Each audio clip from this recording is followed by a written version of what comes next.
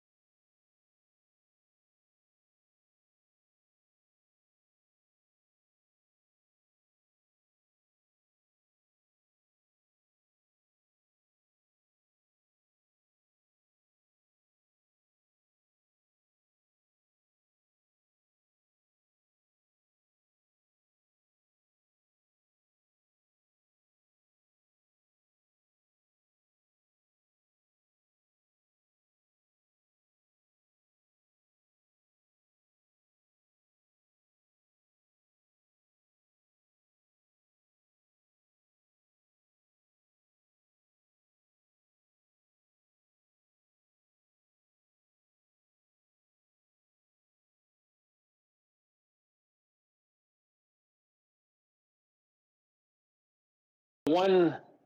I mean, keep in mind, dude, this was what 85, 86, dude. I think when it came Somewhere out. around that time. Yeah, so I mean, shit, that's a long time ago. Shit, dude. You can't be too far back from me, boss. 1985. There was, like I said, there was I this like wasn't even born, dude. there was, like I said, the one that I liked, was Alex, Alex the Kid, and then there was this other one. Was It was Alex another like Kidd the ninja. one where he's on the skateboard? He rides a skateboard? No, It's kind of like the Mario Brothers? no, it's No? kind of like it's almost like a Zelda type of thing, that I recall. Oh, all right, all right. Um. So yeah, Nostalgia, man. Well, today's a day of looking back. We are celebrating our 400th episode of Cantina Mekis. I know it's gone through a few different names. The OGs will call it Cachirules. Then it went to Dos a Cero. And now we have Cantina Mekis. And then Dos a Uno. Dos a Uno. Briefly. Brief. Yeah, because they broke. It broke. It broke the. It was with under Osorio, Yeah. and they end up winning at Columbus, I believe, and I think that was the score. So we had to switch it up. That the 2-0 no longer made sense, as it had to do with the Columbus. Um, Yeah, so 400 episodes have come and gone, and I mean, you guys, I was like thinking about it today. I was like, damn, man, that's a lot of hours put into this, and we're still here, we're still alive and kicking, stronger than ever. There was somebody on Reddit that had mentioned, why'd you guys change the name? Like, I forgot his name, dude, but he actually, Alex Torres. He said, yeah, no need to spoon feed pochos. You guys should have kept it as Cachirules. Which but see, that's the thing. And I learned this through you, Jaime, because once you change how we hosted the podcast and we got to see how many people listen and from where they listen to. And it was just, eye opening to see people listening from different parts of the world. And at first I thought it was like a joke, like a meme, or, and then when we started doing the Twitter live, we actually had callers from those places, that have listened to it joining in. And so that was one of the other things was like, there's always like new listeners and can't keep explaining what the name means. And even a lot of people, even a lot of Mexicans or Mexican Americans don't even know cachirules. They don't even know what that means. You know, it's. I'll say it really quick. yeah, go ahead. Can you guys hear me? Yeah. Oh, since Ron is like talking about the 80s, he probably got to see you probably got to see the show, but there was a kids show in Mexico, and they did skits, and they did like skits on fairy tales and whatnot, and different. And one of the actors would play. He would play a character called Cachirulo, who was a kid, and I think it was a Pinocchio type kid, but it was a grown dude playing the role of a kid. And so that's kind of where the name came from, where it's like, I believe in that squad that got, caught for cheating. One of the players had that nickname because he looked old.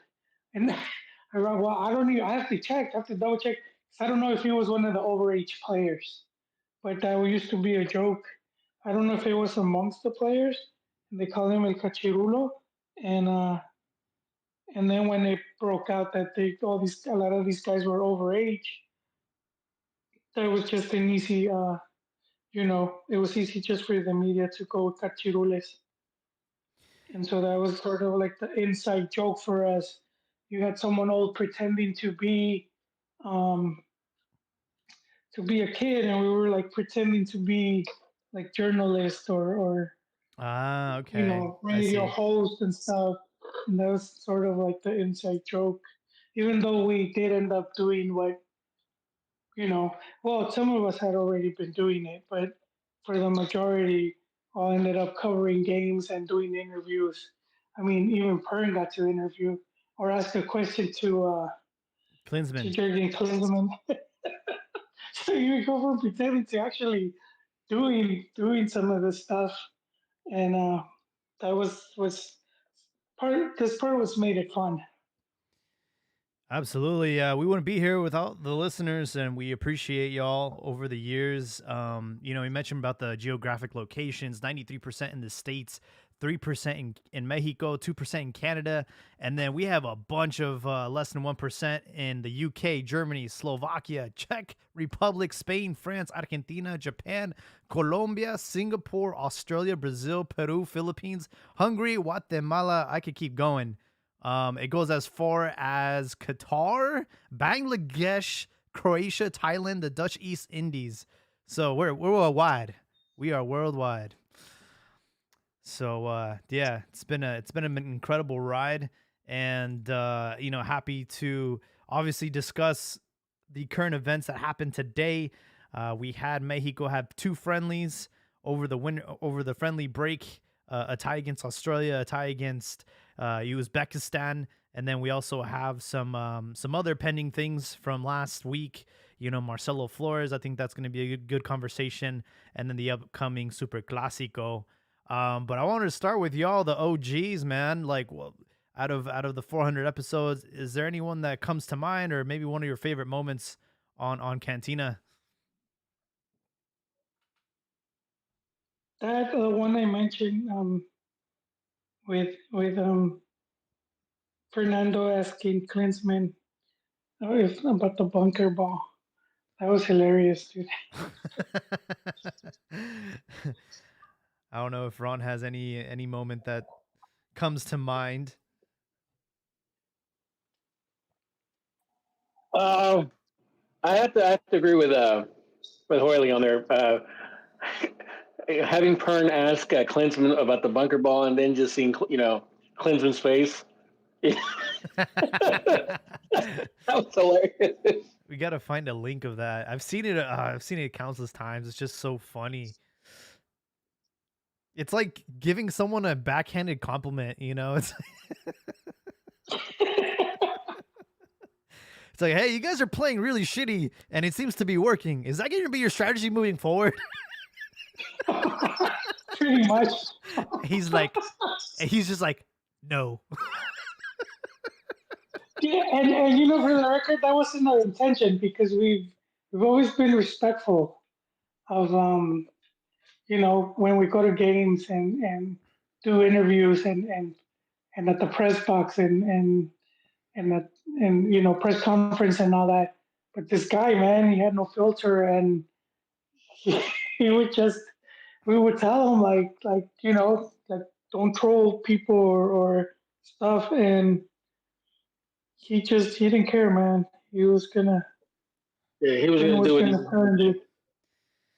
Yeah, like I said, going back on that, I mean, we've always been, every time we go to the games and stuff like that, we was like, just we're not the story, we're just there to cover a game. We're there to take pictures, we're there to cover the crowd and stuff like that. So, and some of us go as press, some of us go as photographers. I've always preferred to go there just as a photographer because I I've always enjoyed just watching the game through the lens, and it's funny because one of the things when you're like on the pitch, or even if you're taking photographs from the stands, it's like you're so focused just on like what you're trying to shoot, and it's funny because I've seen, like, for example, I've seen games that I where I was there taking photographs, and then like years later I watched the match like on a rerun or whatever, and I'm like, shit, I don't remember this. What was this? Yeah. So that's always and it's fun because it's always fun watching that. That for me, that's always been fun. But yeah, man, can't believe. I mean, we've been doing this for a long time now. Yeah, absolutely. And again, I want to thank y'all. I mean, I was just a wee lad on the Big Soccer Mexico forums, got invited to the Cantina group, and then started off as just a you know, as a just another guy on the podcast, and then you guys asked me to host, and hey, it's been a privilege and an honor. It's been really fun, and the numbers speak for themselves. We've just been growing and growing, and yeah, thank you guys for the opportunity. And definitely agree with you, Ron. As far as like going to the matches as a photographer, it's such a surreal feeling. You're so focused on capturing the moment and not losing it that you totally forget about the game. And when you look at highlights on TV, you're like, oh shit, I was there. Like, I was just there. Like, and they're over here talking about it, and you're like, dude, that's crazy. It's so crazy. And being able to capture like moments in history, those things, you have a split second to catch it, and it's like that's it. You either got Well, it or you didn't. it's like you're trying to anticipate, and that's you're trying to anticipate, the game and how they're going to play and stuff like that. Because like for me, sometimes when I was like, for example, when I covered the World Cups and stuff like that, I would meet some of the photographers, and they were just miserable. They just for them it was just a job, and I understand. I mean, I Yeah. understand it is a job, but like and then I would meet other photographers. A lot of guys, guys that had covered Olympics and just so many events and stuff like that. And those are the guys that I like to learn from because they say when you learn the team, their tactics and stuff like that, you'll be a better photographer because you'll be able to anticipate the side of the field that they're going to attack on or they're going to defend on and stuff like that. So again, that's for me, that's always been fun. Yeah, I know like I've had situations where I went to cover Nations League in Denver at the Mile High Stadium, and a lot of the photographers there just they covered the Broncos, and it was like their first time covering like soccer, and like you could tell like they weren't really good at reading the plays, and they were missing a lot of shots, and actually, and probably like using the wrong lens too. So it's very interesting how like us being like a fan of the game, we know how to read the game and know how to anticipate those kind of moments, and it takes a lot of practice. It takes a lot of practice to get good, and not to miss those moments. But yeah, are you gonna go to that Germany game, the Germany friendly in Philadelphia?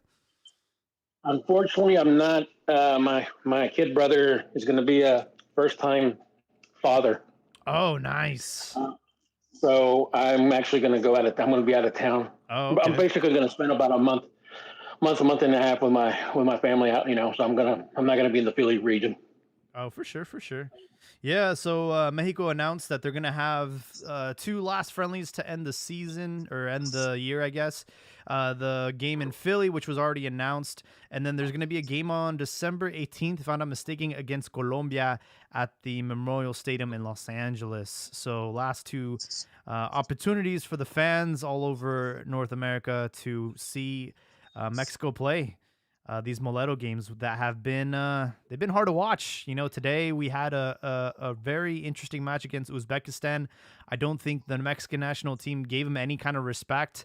And very quickly, we were down 1-0, tied the game very quickly with Raul Jimenez finally scoring a goal in live play. All his goals previously had been through penalty kicks.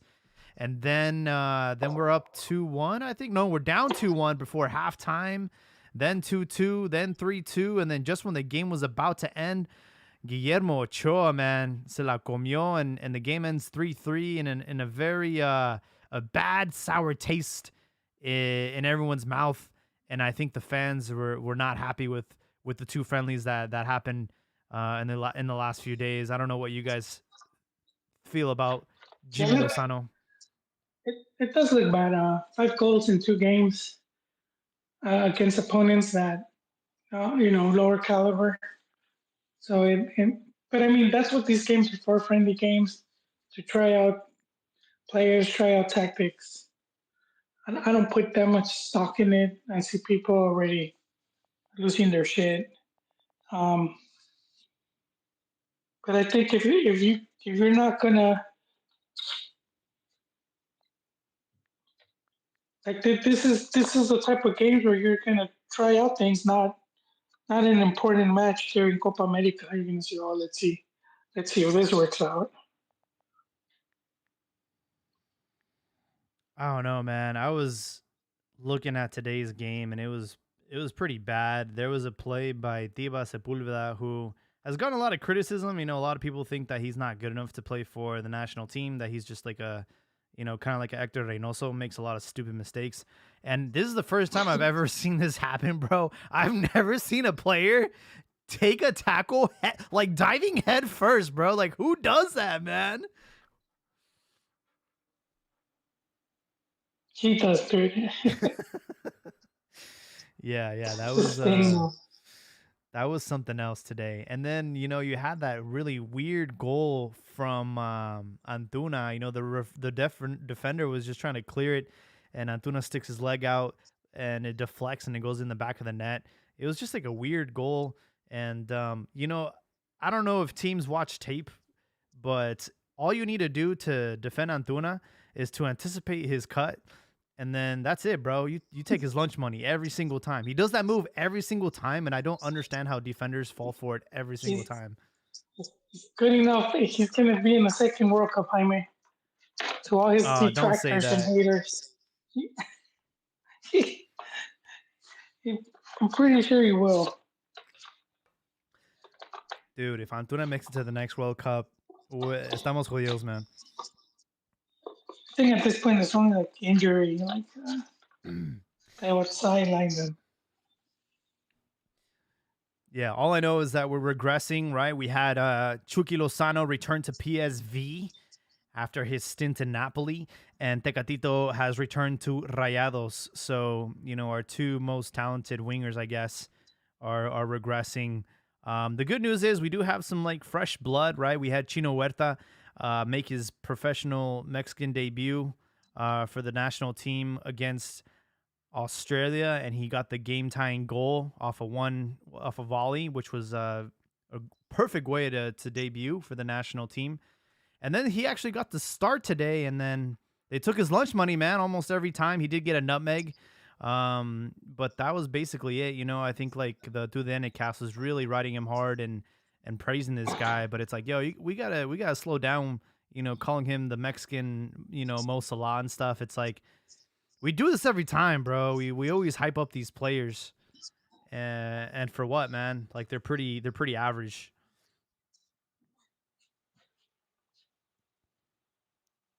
Same thing with that. Same thing with that one kid, Cortizo, who's making his debut at 27 years of age. That's a little alarming. Yeah, that's always been if he can turn into a matador, who was a late bloomer, you know, by all means do so, you know, because here's the thing. I understand perfectly about, hey, you know, in an ideal world, you know, for example, I remember Ruggeri when he was coaching Chivas. I remember he was, you know, giving an interview, and he was saying how, like, you know, in Argentina, you know, they would say, you know, they would tell the young, you know, kids over there, you know, if you're not playing, you know, at 17 or at least, you know, on the first team, you know, go take some English classes and go take some computer classes and prepare yourself for the future, because, you know, you're not going to have a life in football. Damn. Programming. Yeah, I mean, he kind of, in a way, he did. He said, learn to code, you know. But I remember him talking about that, and I mean, I understand, you know, where he was coming from and what he was trying to convey and stuff like that. But I've always kind of, you know, if I'm not mistaken, was it Menotti or Bilardo? One of those two, but one of them, you know, used to say that I don't believe in the whole, you know, old, you know, good player, you know, like old players, young players. I said, you're either good or you're bad, you know? So I personally, like I said, if a kid debuts at 18 or he debuts at 27, if he's productive, he's productive, you know? So I really don't care if the guy debuted, you know, at that age, you know, and stuff like that. So, you know, like I said, if he could have like a run, like a matador where, you know, he became more productive, and even what's his name? El Hermoso. What's his name? Had been playing though. No, he was a journey. I mean, he was a journeyman, you know. Yeah. But he didn't. I mean, he was a journeyman, just like, you know, El Hermoso Peralta. I mean, he was also a journeyman, but, you know, he kind of became a superstar later on. And again, that's for me, that's okay, because, like, we're not Argentina. We're not the Argentine league and stuff like that. We don't. We're an importing league. So it's always But also around the competition when he was coming up. no. But here's The the amount thing, of though. players that were available, it was just, it was that much more difficult compared to now where Jaime keeps questioning why Antuna's still there. Um, if you look at some of the players that were, Hermosillo, Sage, Hugo Yeah. Sanchez, Luis Garcia, Pelaez, is a lot of players. There were more players than that. Michel Espinosa, Daniel Well, Guzman. I get. I know. I get it. Trust me. I get it. I mean, I'm still convinced that the 80 or the 90s, late 80s and early 90s, Mexican player was probably the best that we've ever had, and we've kind of stagnated a little. Even though we have players in Europe that on paper say, hey, technically they're supposed to be better. I still don't see it. I still think that we haven't been able to produce what we had. Even 10 years from what we had 10 years ago. But yeah, I think I'm real quick, the Luis Hernandez thing. Funny that you mentioned his debut for the national team was also at 27. So yeah. yeah, that's pretty crazy. It is, Yeah. and unfortunately, that's been common in Mexico, where I mean, players, start to get into their own, past 24, 25. And again, I said that's okay, because keep in mind we're an importing league. We've always been an importing league, and it's always going to be tougher for the Mexican player because I mean he's having to go compete against the best Mexican players, but also very, very good, foreign players. At least back then. I mean, even to this point, it's now. But I mean, like I said, back then, and we've spoken about this on the podcast how the foreigners back then were a little better than what we had now. But the problem is now there's so many of them. Whereas back then there was only like 4 or 5 per team. And it's funny because when we had when we had better foreign players, we had, there was a limit, there was a cap, and it gradually went up. It went from 3 to 5, but I wonder if 27 is our lucky number because I just checked another player, Oribe Peralta, and he started scoring goals with us in 2011, and he was already 27 at that age. So again, it's just how things roll sometimes in Mexico, just because of the circumstances. Late bloomers. Well, I mean, keep in mind. I mean, it makes sense. I mean, it makes sense why Mexico has always really had had good keepers and good defenders, because as we were importing players, and for the most part, the players that you really import are usually from the middle to the forward position, right? So and I've said this before. And I've said this before, where in theory, a team like Chivas, who plays all Mexicans, should in theory produce more of Mexico's forwards and attacking midfielders, but that hasn't been the case. It's always been usually Pumas, America, Chivas historically that produce Mexico's best offensive-minded players, and the reason being is because as I've always said, competition breeds competition. So when you have that young player from Pumas and that young player from Cruz Azul, that young player from America, who's not only competing against the best Mexican players in the country, he's having to also play against the South Americans and compete against them. It's no surprise, I will say though, we're in modern times now. The game has evolved. The game's moving at a lot faster pace. We have technology now. We have access to all this data. We have access to tape and all that stuff. And I feel like, it's the rest of the world is moving a lot quicker than we are. Not, thinking twice about debuting, young players. And I think the game has globalized, right? And unfortunately, we're always constantly trying to compare ourselves to the rest of the world, right? Like in Spain, right? There's a kid who already scored a goal. He's 16 years old, already, making his debut for the national team. And I saw a fact today that like the last time we debuted someone at 17 years of age, it was Luis Ernesto Perez, right? So I think the Mexican, the modern Mexican fan, the new generation, we just feel like we're at a disadvantage because we're not seeing our young players flourish. We're seeing them rot on the bench, and we're giving minutes to people that are over the hill, like your Hector Herreras, your Guillermo Ochoa's, and there's no like end in sight of these guys like stepping out and giving opportunities to the young kids. I think that's the whole like turmoil right now with the fans. Yeah, and Well, misled. I'll say misled by the media a lot of times. Not yeah, in a lot of the countries that they view young players. A lot of times they do it because they don't have, they don't have much of a choice. Um, and a lot of times they're looking at the long term for their team to be ready in 8 years or in five, supposed to, in the moment type of thing.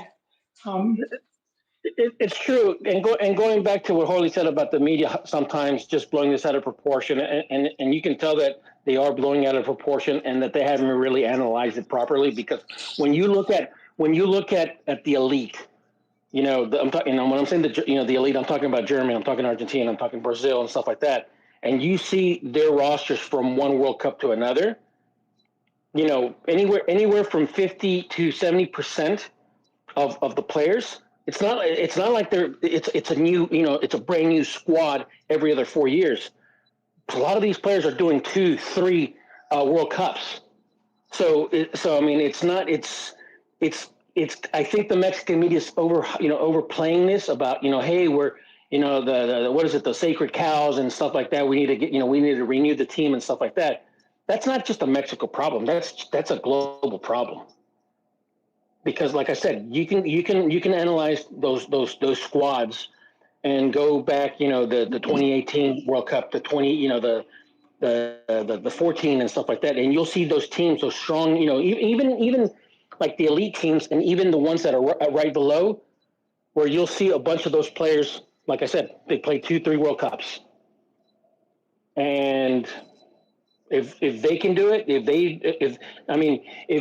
if the argument is saying that we're still using players from 12 years ago, like the Chicharitos and stuff like that,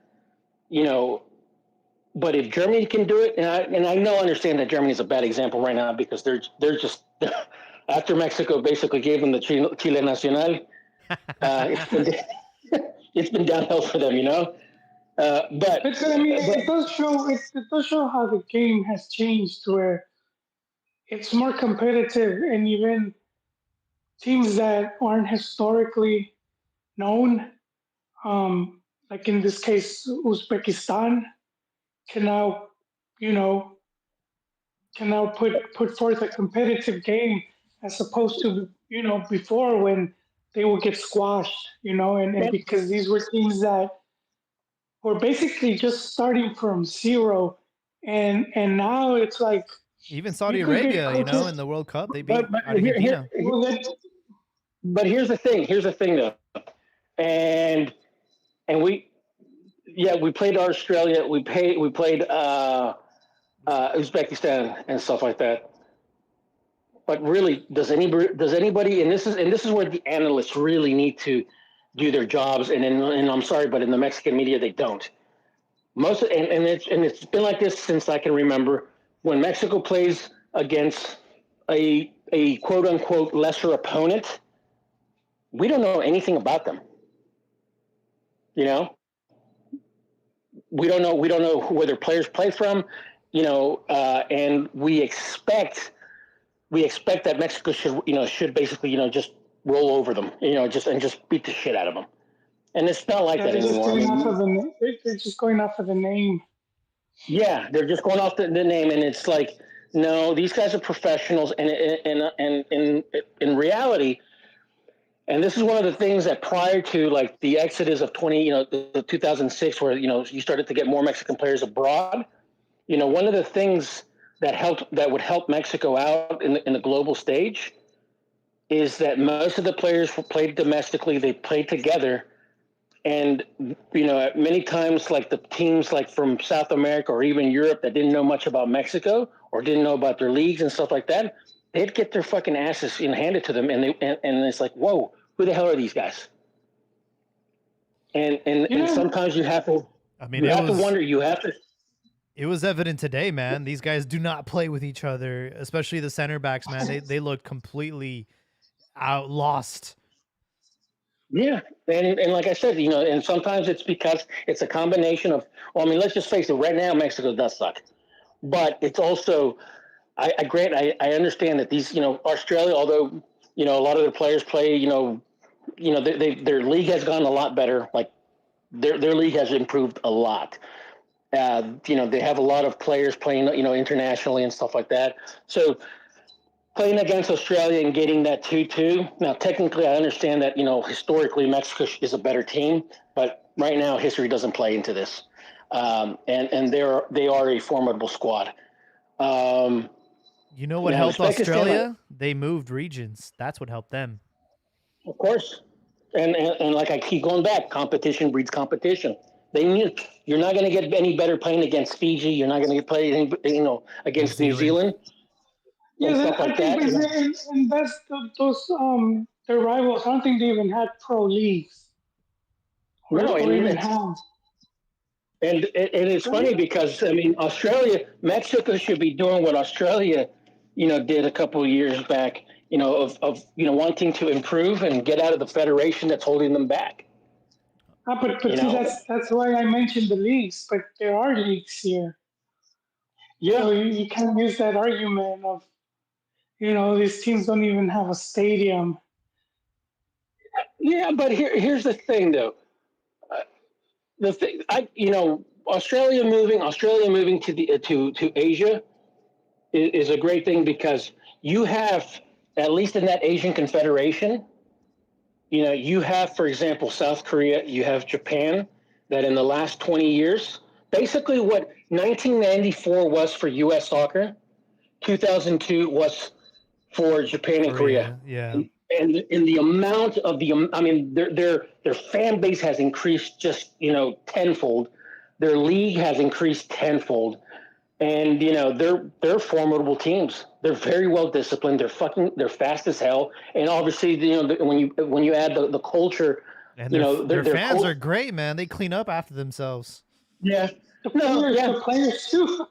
Yeah, no, it is like Japan and Korea. They're formidable teams. They're well disciplined. They're really fast. They're very technical, and they're smart players. So that And for an Australia to go there and play against them, and then obviously you have the Far East Asian teams and stuff like that, but then you also have the like, for example, the teams from the Middle East and stuff like that are also they're not world powers, but they're quality player. They're quality. Like Iran and stuff like that. But with that Australia went from lesser to more, where we're basically stagnant. Playing against Saprissa with no disrespect to the Central American teams and stuff like that, but playing against Saprissa, playing against MLS. I hate to say it, but yeah. Ron, that was never a problem, dude. What's that? That to me was never a problem.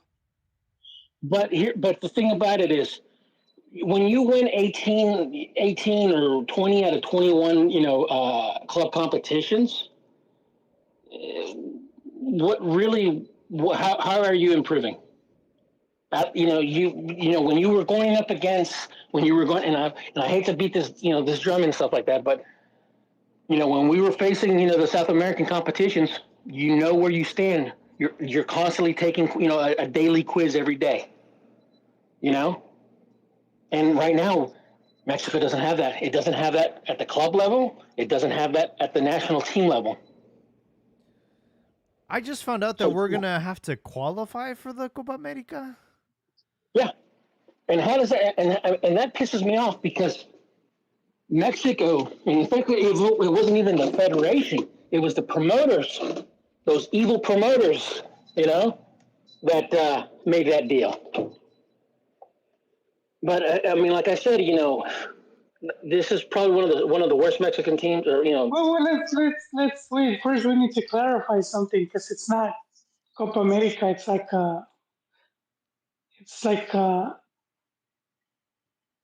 CONCACAF, CONMEBOL type of thing, where do you know what I mean? It's not the regular Copa America hosted in South America. It's a Copa America being hosted in the U.S. where I mean, CONCACAF is a part of it.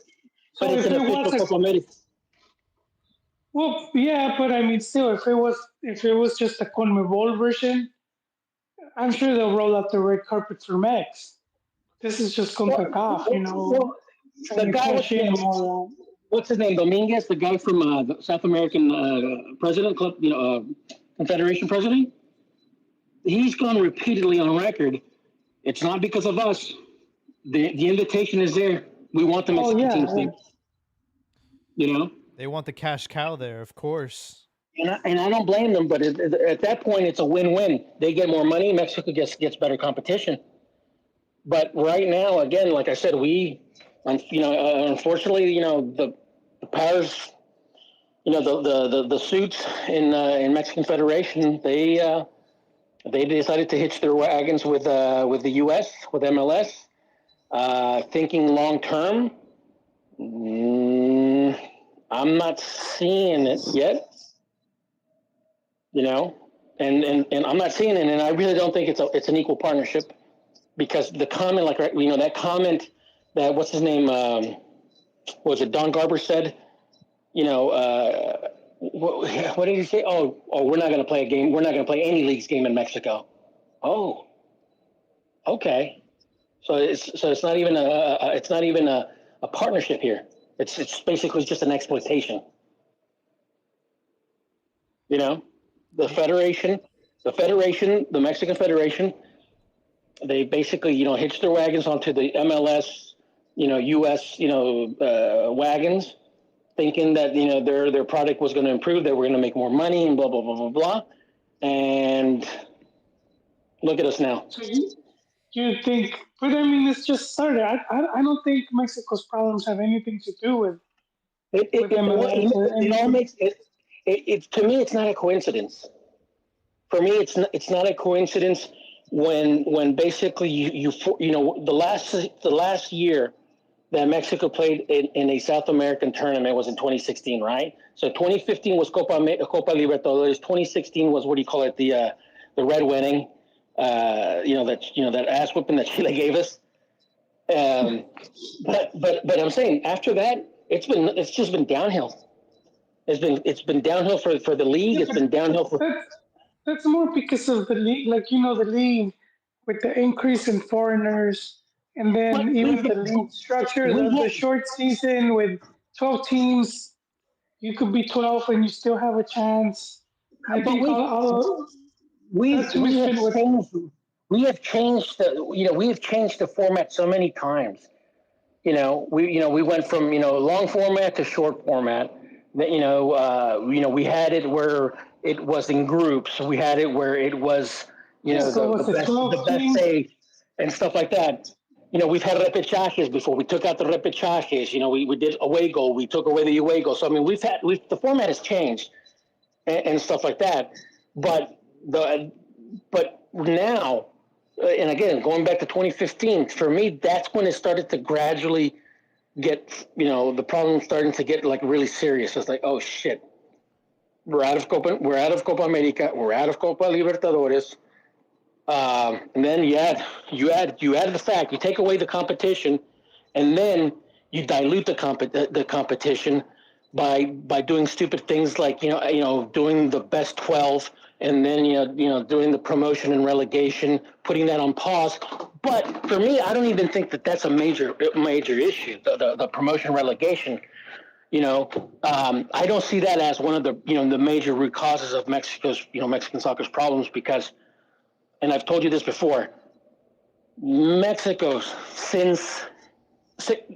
has never been able to have So at least since the 70s, has not been able to have a fully autonomous lower division. We haven't had it in 40 plus years. So, I mean, if we haven't had it, and in those 40 years, we've had, lots of ups, we've had lots of downs. So you can't really blame the promotion relegation for that, because we've been, when we had good times and stuff like that, we had, we had a subsidized promotion relegation system. So, gentlemen, it's getting late for me. Yeah, I'm in it's the late. East Coast. Hey, I got to Ron. get up early. Thanks for hopping on today, man. Yep. Thanks, Ron. All right, man. You guys have to be good. All right, man. Take care. That's the way. But I was going to say, just my take, because Mexico wasn't competing in South America or had these other top tournaments. And they go to their first Copa America and they make the final.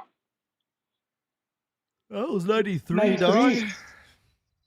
I know, but I'm using that as an example of you didn't need to be having all these other competitions, because the local league was that strong that when they, the players went to compete, they were able to do that good, and that had some really strong teams.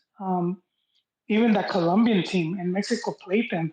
Uh, you know, so for them to do that, and then in '94, of course, and they're in the group of death, and they finish first. And it's probably the last time Mexico was paired with three European teams. So the, to me, it's more the league, how it's been mismanaged, that has hurt the team. Um, I would prefer to have Copa America and Libertadores, and yes, that would help. But I don't think leaving that has caused all the problems. To me, it's been more the massive amount of foreigners and a lot of them not being that good. Some of them you don't even like. I don't think they even debuted, and that's just keeping away from the youth to get playing time or to develop. And that's where I've seen the problems in my opinion. Yeah, and I think if you blame Jimmy Lozano for this, it's not his fault. He's doing what he can with what he's got. And I think that the player pool right now leaves a lot to be desired. And I think that's my sentiment is, look, we don't really have any risks going into this next World Cup cycle because we already qualified. So why not take a gamble and try the youth? Yael Padilla, let's put him in there. Let's put in Huescas. Let's put in all these players that are, coming out the gates and see how they do, man. Like, just throw them out there. What's the worst that can happen? It can't get worse than this. It can't get worse to drawing against Uzbekistan. Yes, it can. Lucy to Uzbekistan. Yeah, but I mean, you don't want to make me relive results aside, right? Days. Like putting the result aside, say they go out there and get creamed. Well, it's a safe space. It's a friendly. We can afford that. Like, there's no. They'll learn from that experience more than putting them in the U23 and they're over here playing Colombia twice. Like, what good does that do, man? It's like, let's just see what they got. Let's see how they do at the highest level and see if they can hang. That's how I feel. I mean, that's the league. That it shows you when you have a strong league, then you could tell because again, like I'm saying, in the past, when Mex would throw out their players, that they hadn't gone abroad or none of that. They would still do good, and when Mex matched up to these teams, they would play up to that level. So I think it's more to do with just the experience of being in the league, but also, and we've been talking about this, the internal competition within the national team. There's not that much competition now for a lot of the spots. there where that's where I'm like I confidently say Antuna's going to a second World Cup. Not a lot of people hate him, but he's right now his pass is already Yeah. it's been paid for. I unless he gets like some type of ACL injury or out of the blue, there's this crop of talent that pops up. But I'm pretty sure he's like if you were to name 10 players or let's say 13, he would be in that list of that are going to be in the next World Cup. For sure. I just hope that these matches, we learn from them. I learned a lot. I learned that Hector Herrera has no business playing for the national team anymore. I learned that Ochoa, when he goes to Italy, he's Superman, but when he returns to play for Mexico, he's like um just his normal self, you know? We could just be tired. I think that's a long ass trip, man. He's got to take a 12-hour flight, Yeah. changing changing time zone, changing altitude a lot of times. I think all of these things factor in, and that's why a lot of times some of these players end up looking like ass. Um, they're just fatigued or tired, or even nursing injuries a lot of times. That's another thing too. You're playing on artificial turf. That's always scary and as Even that, I mean, we saw what happened to Aaron Rodgers yesterday. His dude just snapped his Achilles tendon. So it's like when you play on turf, man, those are the risks. And we have an older squad, but I still think Jimmy is the right guy for the job. Like I said, I mentioned this, previously. It's like, look, this is a safe space. We have a World Cup we're already qualified for.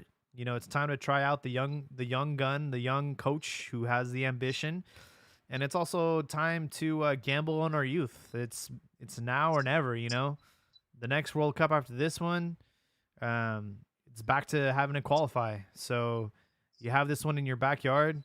I feel like it would be nice to see some new blood into the Mexican national team, and it looks like Quinones joining the national team has been stalled.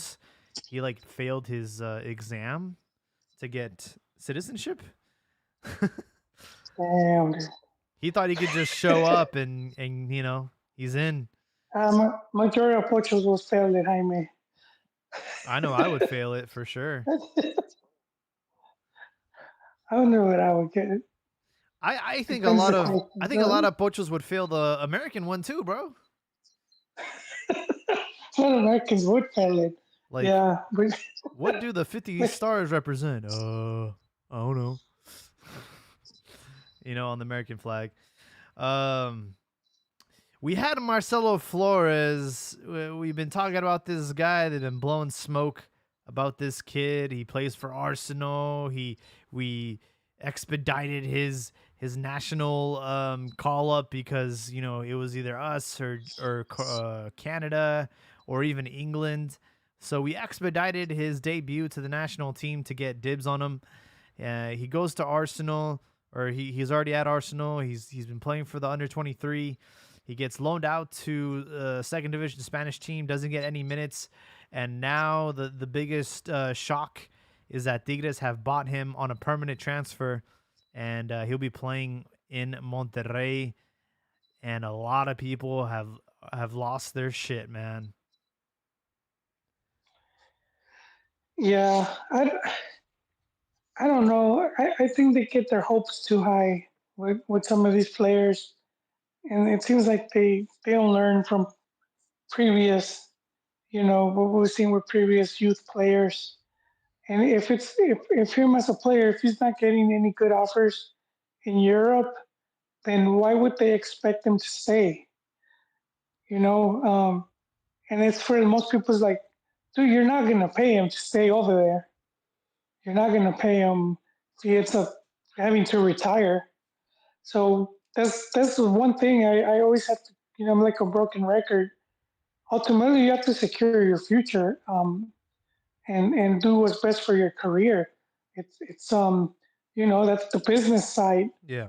of it that that is just as important, if not more, than the sporting. So, well, how much long do you want to keep playing in reserved or youth teams with booty wages? If Tigres comes and they give them what 2 million a year, let's say for 3 4 years, dude, that's money in the bank. Fuck it, I'm player like him has been training since he was like 12. 6 million, let's say his career doesn't work out. Hmm. That's you open an Oxxo, a Kukuru chicken or whatever, and you're set. That's it, dude. Um, yeah, and I don't know, man. It's you're not the one that's gonna have to worry about paying bills. So that's why as fans, it's easy for us to be like, he's a bomb, or he sucks, or he doesn't have what it takes, or so many things that we hear. But it's like, nah, man, you have to maybe buy the house your parents live in, so when they retire, they have somewhere to stay. Yeah. Uh, you know, it's different for all these for all these players. It's always different situation, and I would say this is the one part where I feel a lot of times you see a lot of the Mexican youth, uh, they sort of like lose that hunger because they're like, like let's say a Trophies, for example, and he was like living in the projects, like ghetto, and he makes it to Chivas, gets that big contract, probably enough money to buy an apartment complex and set his family up, and then seems like his motivation just went away, and he's like, I'm good like this. Hmm. I got a swinging bachelor pad, with a pool, the PS5, the car, his whip that he wants. And at that point, I think a lot of players they just don't.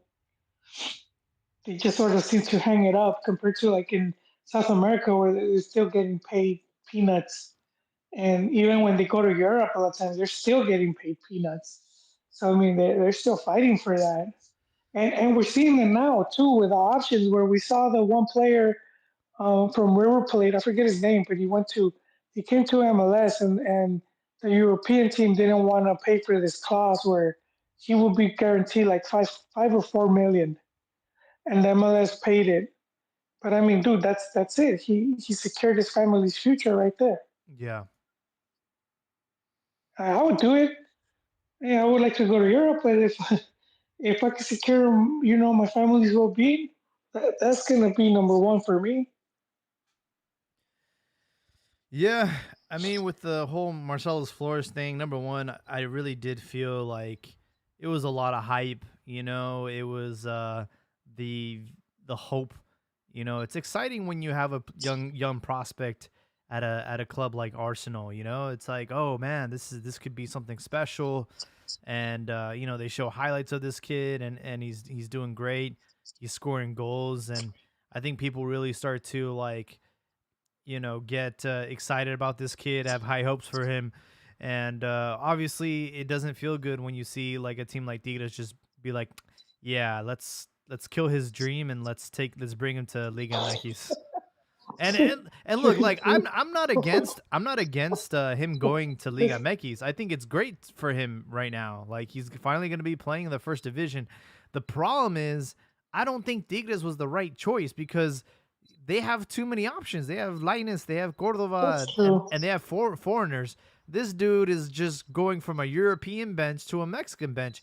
He would have like if Chivas would have gone after him, or if another team that didn't have that many options went after him, and he was playing day in and day out, I would be like, okay, that's not a bad move. But he's I just feel like his career is going to continue to just stay stagnant if by this move.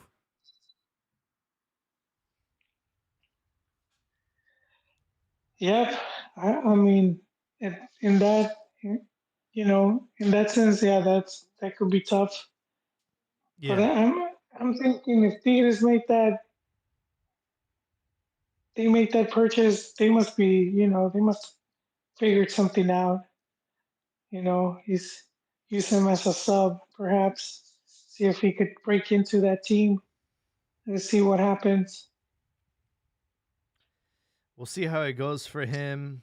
Um, I know that his dad had tweeted something in the past saying that he would never have his kids play there after what happened to Querétaro. His dad put a tweet out there like when there was that big fight with Yeah, Atlas and Querétaro fans. He's like, "Oh, look at this! I would never have my kids play here." And now he's gonna have to eat crow, dude. okay, pero man, the internet never forgets, Jaime. Yeah, I know you had your friend hopping on at 10. I don't know. I tried sending him a DM, but I don't think he has them open. But No, yeah, we'll see if he can join us tonight. If not, no big deal. We have a upcoming Super Classico this weekend on Saturday. I feel like it's a little too soon, man. Too soon in the league to already too have soon for a. a Clásico, Jaime. It's already Because it's Chivas, it's like the Chivas hasn't been winning. So if they had like, let's say they had two big wins, wouldn't you be like, bring it?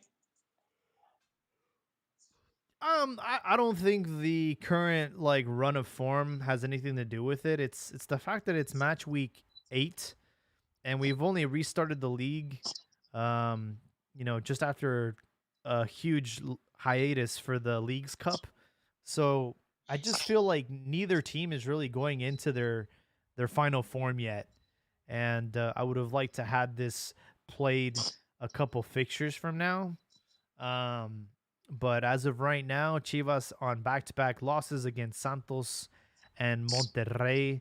Meanwhile, America hasn't lost a game in the last 5, so they're definitely in better form going into this Clásico. Jaime Pastor's been awfully quiet. Is he brooding over that 3-3 draw? I'm not sure. He's been on mute. He has the ability to speak. Maybe he's not in a quiet place, but feel free to join us, Al Pastor or JP. I know you've been listening for a while. Feel free to request to speak if you got anything on your mind from these last 2 friendlies or the upcoming matches in Liga MX. But yeah, we'll see how it goes. They play on Saturday at 8 in El Azteca, which honestly I prefer. I feel like the Clásicos in El Estadio Azteca have been favorable for Chivas. Same. And also the venue, the historic stadium. Yeah, absolutely. Some of my favorite Clásicos were at in El Azteca. I think the craziest Clásico I saw was when it was going back and forth. Ramon Morales had missed a PK. Chivas ended up scoring and taking the lead very late. And then on the last play of the game, America was about to tie it. And then Hector Reynoso put his hands up and blocked a shot. And the referee didn't say anything. That was probably one of the most dramatic Clásicos I've seen in a long time. And then in recent memory, probably the Chicotazos, the 3 goals he scored against. Yeah, that was pretty cool. My favorite one is at the Jalisco, the big 5-0, and America had La Volpe. La Volpe was the coach. When was this? Damn, man, we're going far back. That's like somewhere in the mid-90s, dude. America. I want to say 97. Off the top of my head, I'm going to say 97. Let's see. He coached America in 96. Oh, there you go. Soft by a year, dude. I wonder if that was the same game where Varela took a fucking punch to the face. Was that the same game? I don't remember. I don't remember him. Yeah, Cuauhtemoc. Okay, it was Invierno 96. Ah. 5-0, yeah. I think Tuca was at Chivas. I'm pretty sure he was. the Toucan, because he replaced Leo Benhacker, Oh, okay, okay. and I think they with Leo, I think they also won, and this was also a good one because he beat America. I'm pretty sure he did, but coaching America was Bielsa. No way. So you got Champions League tiger coaches ahead. See, that's kind of what I'm saying, dude. Was that you got that level of coaches back then in Liga MX, and with I would say some pretty top foreigners that a lot of them were like key players or even big names back in their own countries like Alex Aguinaga, um, and such. And you kind of just don't have that no more. Have a bunch of players over there. They're more like you can have them type of thing. You could have them. Uh, Who but I'm saying that who do you think's been the biggest name that has coached in Liga MX? probably Bielsa. I mean, just going up. But Ben Hacker too. Ben Hacker coached Real Madrid. I know. And then you also had the Argentines. Um, Menotti, Yeah, Menotti coached Menotti Tecos. was just, but I don't think he even finished the season. And then you had Alfio Basile. What's Coco? Wait, I don't want to get them confused. He was at America, and then they bring around the time that I think he left just before Zamorano came in. Hmm. But those Pasarelas also was a pretty And you've had big name. World Cup winners like Ruggeri. He coached. Yeah, but coach, as a coach, that is like, He wasn't that good. legend. No, I mean you had Peckerman. His name always gives me a Yeah, chuckle. Peckerman's Uh, that's a pretty big name too. yeah, yeah. There's been a few. I mean, I'm not going top of my head. Dude, we had Ossi Ardiles. He's Argentine, but he was coaching in EPL, and he came and he sucked it up at Chivas. um, so there's been a name. Yeah, Coco Basile was at America in 2000. Okay, so that was the name. What about Oscar Borta, man? That mustache. He also Legendary. sucked it up at Chivas, I but know. he hadn't done anything in like what? He came to Mexico and it was like maybe 20 years because his whole thing had been Bolivia taking them to their first ever World Cup, and that was in '94. I don't think he did anything of note, and he comes to Chivas like in what 2000, around what 2000 what 5 or 2010. It's been like 20 years, and no, I wouldn't put him there. Yeah, dude, that was a wild ride. We've had some really shitty coaches that have coached Chivas.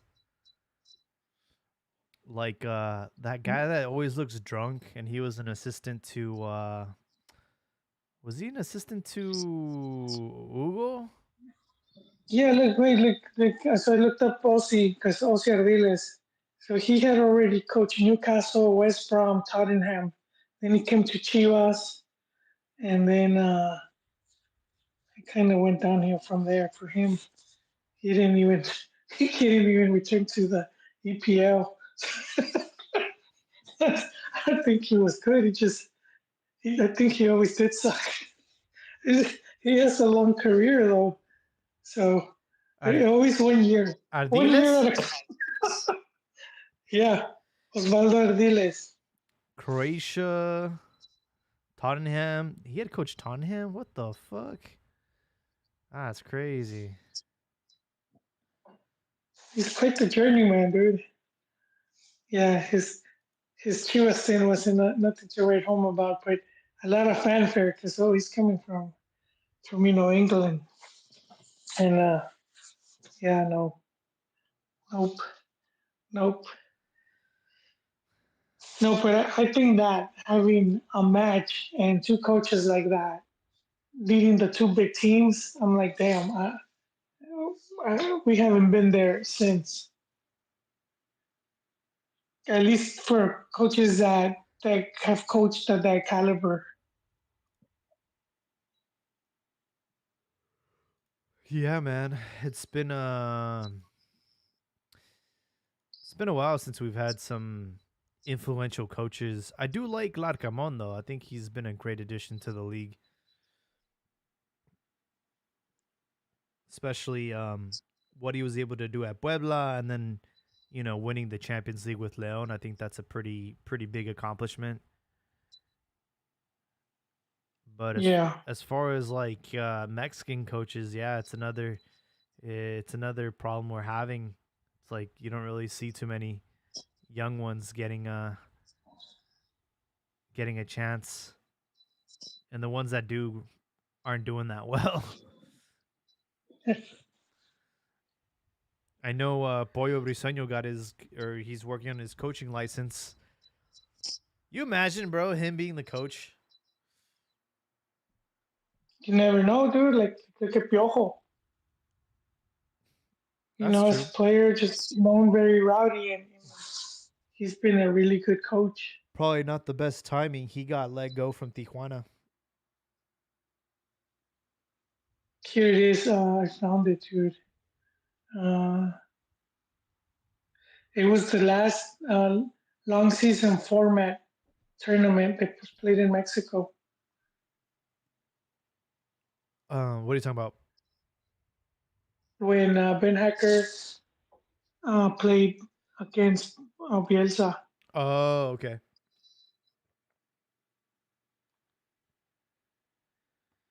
Hold on.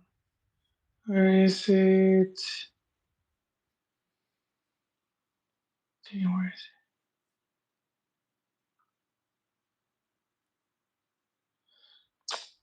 is it? This article's not telling me. Here it is. Oh man.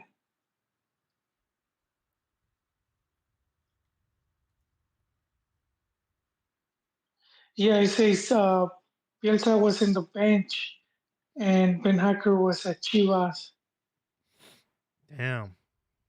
and he had replaced Ardiles. Oh shit. We just went full circle, uh, which was which was surprising for me because Ben Hacker had been at America, right, and he had that team was just phenomenal to watch, dude. I would catch myself watching sometimes, um, and and then it's kind of stupid how they fire him over. Oh, I forget this guy's name, dude. He was a midfielder. Del Olmo, Joaquin Del Olmo. Mm-hmm. Joaquin Del Olmo had a contract spat with one of the higher ups, and they told him, don't put him, don't play him. And Leo was like, the fuck I will, and he played him. And he says they call him like after the match. He was at his hotel. It's like, hey, pack your bags, dude. No The way. fuck out. And he's I think he was in Cuauhtemoc Blanco had like a little Beat. TV show or something. Oh. No. He had like his own like soccer show or talk show or whatever, and he had Ben Hacker and Del Olmo, and Del Olmo. I mean, not Del Olmo. Ben Hacker says it. He said that story, and so it was interesting. And when he comes back to Mex and to end up at Chivas, it's like, oh snap! And and yeah, I remember this game. I don't know if it was this game, but I think they were losing 2-0, and then they end up winning 3-2. I'm not sure. Let me see if this thing has it. Ya, sigo poniéndose 2-0 arriba. Que deja comenté, pero blah blah blah. Yep, this was the match. They ended up winning 3-2. There was one goal scored that game. It was three touches. The goalie kicks it. I forgot who heads it in the midfield. Like a flick. And Miselis, yeah, I think they just headbutted and or they just like with the head Mm-hmm. they, they prolong the pass and Michel Espinosa runs and first time kicks it with the ball and he scores a goal, dude. I was like, just I creamed myself right there. I'm like, God damn, dude. That's You like don't really see those type of goals. peak football, man. Yeah, I need to go back look for that. That's a good thing about now. You know how you have you just go to YouTube Just go and on you can YouTube, find a bro. You lot of find all it. these clips. Yeah, not before you had to someone had a VHS You recorder had to have it on tape somewhere. Tape or get the tape tape. over your own wedding, And there's and the and there's the other thing that we talked to cover some kid's birthday. That was the other thing that we talked about a few podcasts. How like Liam X doesn't have like they should have like like a year-end review like of the season and all the best yeah, goals and stuff like that. That would be pretty cool. They just don't do stuff. And of course, we talked about why with the different televisoras and all this, yeah. conflict. It makes it hard to do something like that. But yeah, dude, that classic was one of my favorite. That one, I need to rewatch. In terms of production, man, it's one of the things that really frustrates me.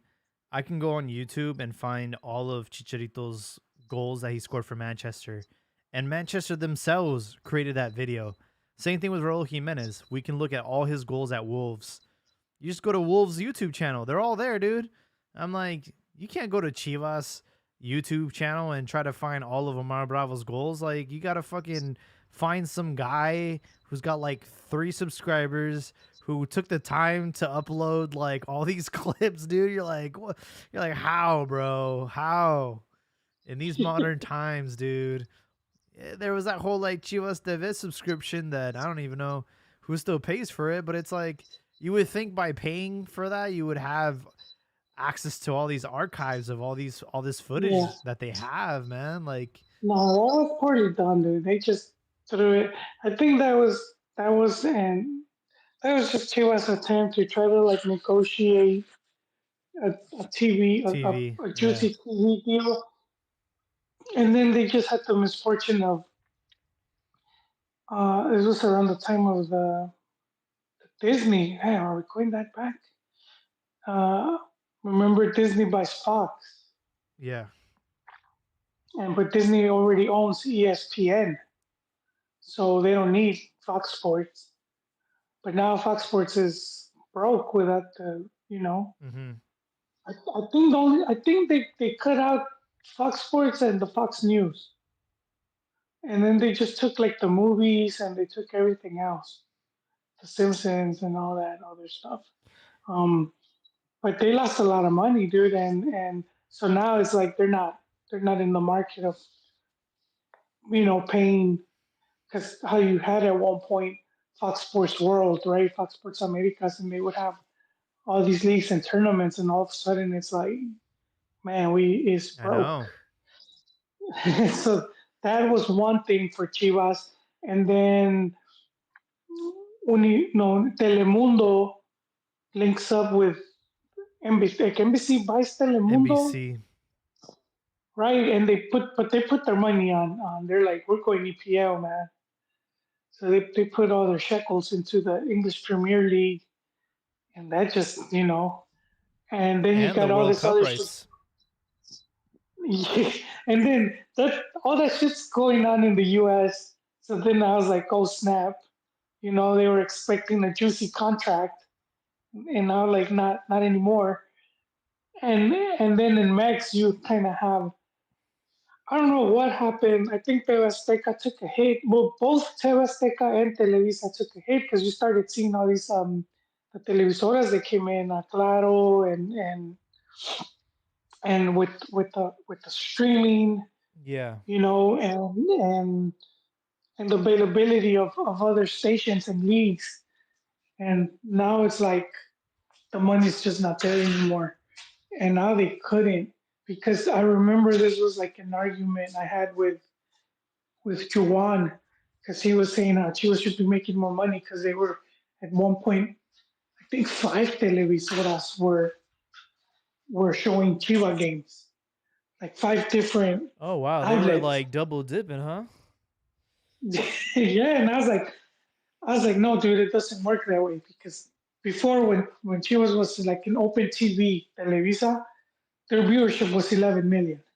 So whatever sponsor was like wants to sponsor Chivas or buy ad space, your shit's gonna be seen 11 million people.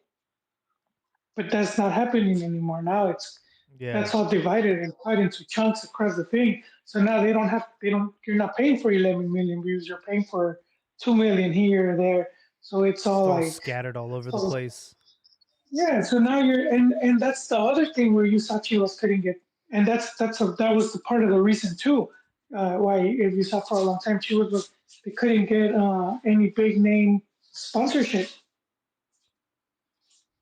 Their last big sponsorship was Bimbo, and after that, they didn't have any like to that, like a Coca Cola or something to that big, big name. And that, We to have me, that's part of it. Well, we have Tecate and we have Caliente.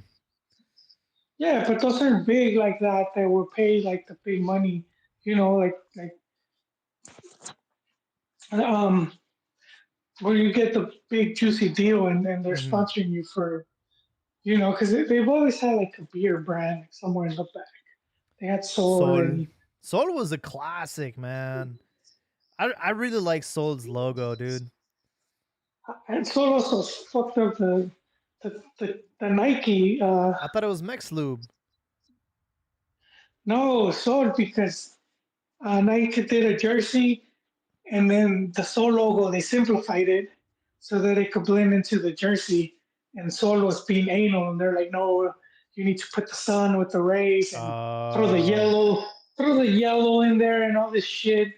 And so then they had to redo it. So I don't know if you could find both versions of the jersey, because those, I mean, those are like, for a lot of Chiva collectors, those are like the jerseys they're like going after, Hmm. that 97, 96, 97, I believe it was. Yeah. I learned a little bit more about the business side of football thanks to Newcastle's All or Nothing documentary on Amazon Prime. And one Yeah. one thing that's interesting in the EPL, I don't know if this applies to Liga MX, but in order to stay within like the financial rules, you're not allowed to spend more than you make.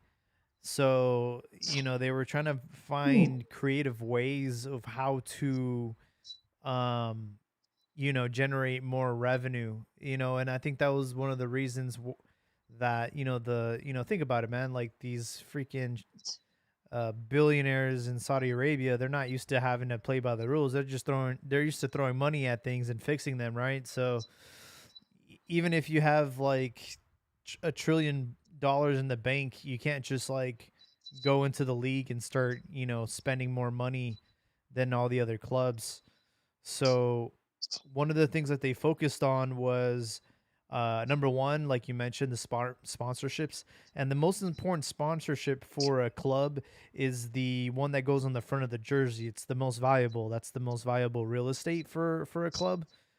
Yeah. And it's like, it's obviously your job to find the highest bidder and to find a partner that's going to make sense to sponsor the team and obviously get as much money as you can from that contract, and that way you can spend it on players.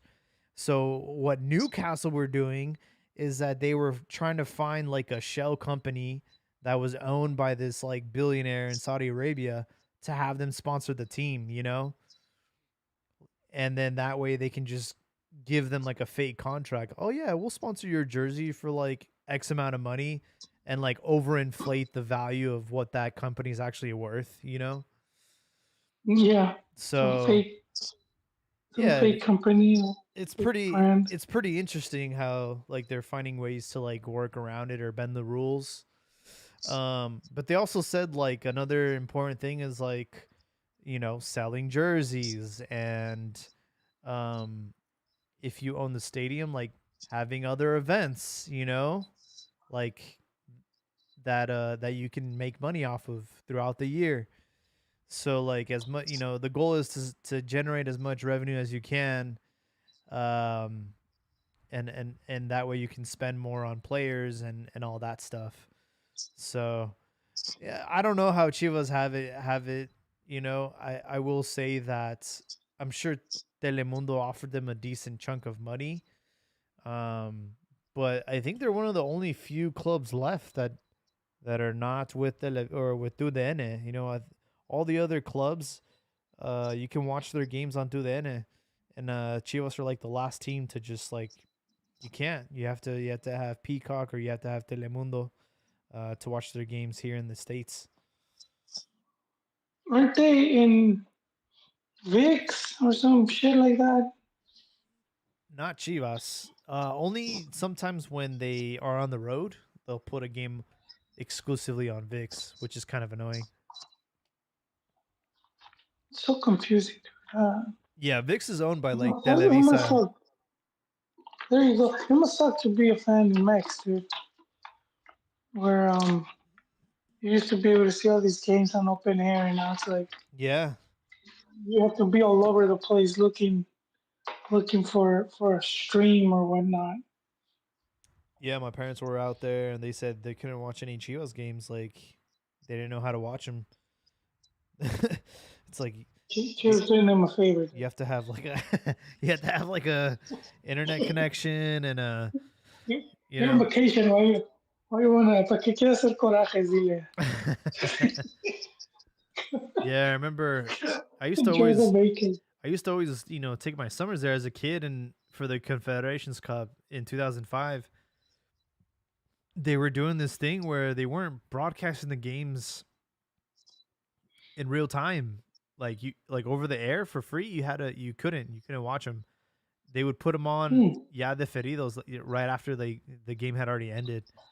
And Oh, okay. Yeah, no, I remember that. and Yeah. the only way you could watch them live was if you had like a satellite and that you were getting the feed from the United States or something. I don't know. My uncle had some like crazy setup. The parabolica that Yeah. brings you up to the International Space Station. Bro, Like those things are this giant fucking dish. crazy.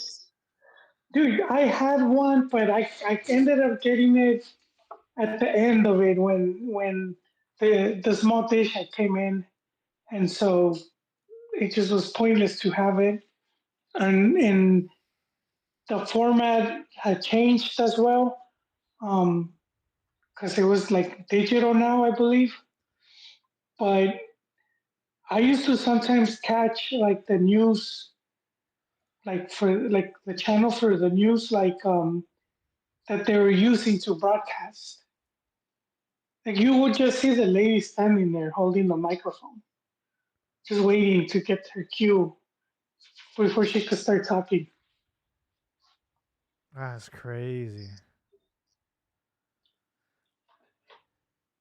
Yeah, but I mean, it sucked. They still didn't get shit. It's a waste of money, dude.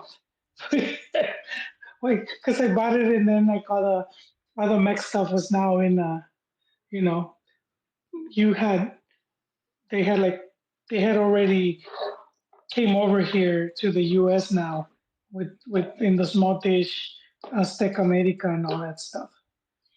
But yeah, for a long time you didn't really get much Max programming. Yeah, my uncle had one of those big ass satellites on the top of his roof. They called them I'm on the internet, C-band satellites. Yeah. Yeah, dude, those things were crazy. You could just like randomly like get TV for free and shit. they had they had scramblers, so you could buy like a something scrambler, and then you could link up and get get like the feeds for state. Like I don't know too much about it. I started like doing some research towards the end because it's like, the fuck am I gonna do with this? You know, Yeah. couldn't sell it anymore. It was worthless. It's huge. Um, and so I was like, and I remember reading into that, but I was like, yeah, I ain't trying to pay more money. And then this gonna be more of the same. It doesn't work, or it's at the end. It's at the end of it. You know, it's no longer fun to have it. Yeah, valió madre. Yeah. Shit, man. Well, I don't know. Oh, Bethel's here now. Let me add him to the. Chiquis. Chiquis came in. Chiquis, along with Chiquis, was actually the first guy to be in the pod. Oh yeah. So yeah, Beto, Al, and Ron came up with the idea to have a podcast. And so I had been in the I had done podcasts already, but other people's podcast um, with Tom Marshall and Wiso. They had the Mexican soccer show, so I did a few. I had done a few there, and Chiquis and I were like, let's. Chiquis and Ron were like, let's do our own podcast, and then that's how they put this together. And 400 episodes later, we have Chiquis here. Welcome to the show, man. How you been? It's been a while. And congratulations to you guys. This is a historic event. You have made historic achievements and all that. So congratulations to everyone. And to yourself too, To Chiquis. yourself, man. You're a pioneer, man. What? Yeah. What made you want to do the podcast, Al? I never asked. I've always like enjoyed talking with people about stuff, and then podcasting started, so I was like, okay. But I think who reached out? I think Ron reached out, and then I seen you on the Mexican soccer show with them. Yeah. And I was like, man, we can do this stuff. We got like Ron, you, and I forget who else. In Big Soccer, you were when I first came on Big Soccer. You two would have like I would learn so much. You two would be going back and forth with paragraphs of posts. I was like, what is these guys? This was back in the day. Like Twitter has spoiled us. I have no attention span. I would probably not read no paragraph post. But back in the day, I would read paragraph and paragraphs of Ron and Joel's posts, and I was like, okay, if we had a podcast just with these dudes, man, it'd be worth it. So That's incredible, go back man. and forth. That's amazing. You'll be like all day going back and forth. Just arguing about Is that what what? types of shit. Is that what you guys referred to as what is it called? The library of or what do you guys call it? The encyclopedia? No, that's Ron. He has the library of Ron Alexandria. That's the library of Alexandria. But that's because Ron, he will go visit his family in Mexico City, and he went to this district where they have a lot of old books and old used books, Oh, and he bought a lot of books. Some of them are very hard to get now, hard to find. So Ron has a lot of like Mexican soccer history. So yeah, that dude, he always knew a lot. Yeah, and so he has a lot of books on just the whole history of soccer, the history of the league, the history of teams, like really old stuff, going pretty far back. He has one of the first books, I think was the first book that was like the history of the Mexican league. I think it's called El Libro Oro de Fútbol Mexicano. Some of you are wondering, it's available in some libraries in the U.S. oh wow. Yeah. Let me do a quick search because oh no, I got it right because I know the guy's name. The guy that wrote it wasn't even Mexican. He was, well, probably Mexican, and he lived in Mexico, but he was from Barcelona, and he wrote a book. He started some criticism as far as like the accuracy, but I mean, he put so much stuff in there, you know, like charts and yeah, just so much info that it's like it's a good starting point. You know what I mean? Yes, that. So I think that was like a good Oh introduction. shit! Sorry, Chinkies, I went off of that shit. Oh, I was just gonna comment on that because so that was like the history, the initial aspect of Campeon MX or Cachirules or whatever, Oh, dude, whatever name we had. And then now Jaime's bringing the heat. Jaime's bringing the energy, which the Rucos may not have. It's past my bedtime. I need to eat my pudding and go to bed and stuff. But but that's like a good thing to have with the energy of the youth. Absolutely, man. I Hopefully we can mean, continue. I hope this never ends, right? Like that's the goal of any brand, right? It's to be timeless, and somebody will eventually carry the torch when we're all gone. Here it is, guys. It is called Libro de Oro del Fútbol Mexicano. It's City Mullet, and that's the book. Oh wow. It's pretty difficult to find. Um, let me see. I'm gonna put. I was checking Mercado Libre, but I don't know what. Here it is. 8 books sells it for $162. So So that's that's what I've not. seen. I've never seen that in the U.S. or like they have like Mercado. Oh, check your library. Check your library. Some libraries might have it. What's it? Wait, what's it called? It's called Libro de Oro del Fútbol Mexicano. It's from 1962. Or the one I'm seeing is from it, but it's going. There's 8 parts to it? I told you, dude. I don't think you're finding anything else that got printed that where they collected. If They you try to collect the whole. if you Google it, it's the first thing that pops up. It's a PDF. Oh dang! Oh, someone has it in PDF form. But those books look old. I It wonder is if it. This is some. I wonder if And dude, ChatGPT. ChatGPT and all that stuff ingested all the knowledge from those books. I know, right? That's something that like I've never seen in the U.S. in Mexico City, like by You trying to replace us? Chickies. No, by Bellas Artes. When I would go to Mexico City by Bellas Artes on that strip, there'd be like mercados of books.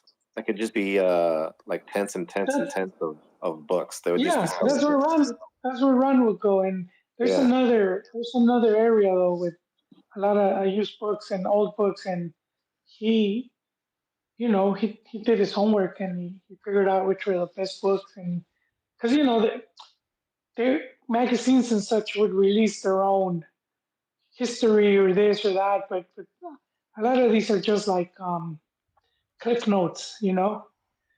This shit telling you it's 8 parts. It's going into detail and it's giving you a lot of breakdowns and just I think this guy spent years looking for just info on the charts of uh, like points and all that. The teams and all that type of info that a lot of times we take for granted. So it's a couple. I found another book. It? It's called Once Décadas del Fútbol Mexicano by Octavio Antonio Colmenares. But that came out. What year? It says 2010. And I guarantee you they used the Libro de Oro to. I guarantee you. I guarantee you, dude. This is. I mean, think about it. It came out like in 1960, early 1960s. Uh, so this guy had been doing his research since before that. Let's say late 50s. So for him to find stuff going back from the 20s, which was for him what like 30 years, it won't be as difficult as if you're doing a book now. Oh yeah, You dude. know, where the fuck are you finding that shit? A lot of it didn't survive. People would throw it away, or newspapers wouldn't have archives and whatnot um, of their old shit. So it get lost, man. Even my old internet articles have been lost.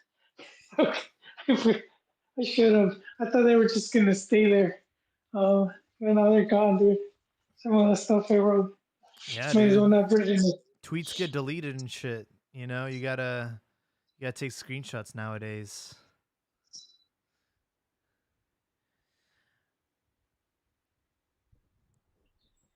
Yeah, man. So Yeah. you always hear about like so and my attitude is you always hear about podcasts or YouTubers that they'll be posting videos and they won't blow up and they'll be posting more and more content, they won't blow up, and then all of a sudden, they could blow up and stuff. But the enjoyment has for me has been just discussing and analyzing games, national teams, World Cups and stuff with everyone just having a discussion. Just like in the Yeah, country. So that's what's been great. Uh, I all these think years. that's what has set us apart, Chickies, where we don't just talk about the game, but more like the history of the game and other aspects of the match and behind the scenes. And that's like how you said that you could read paragraph after paragraph. And that's one thing like me and Ron would do. Like we would, if there was like, because I was doing almost a similar thing as him, where I will go and I'll look for magazines and stuff.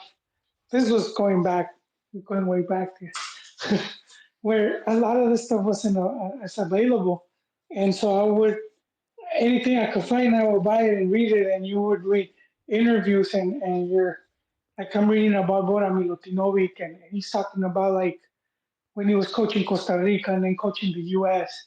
and he's talking about all that shit, and then so it's sort of like opening up your mind to how some of this stuff works, as opposed to like so reporters just giving a hot take when they're just trying to create clickbait.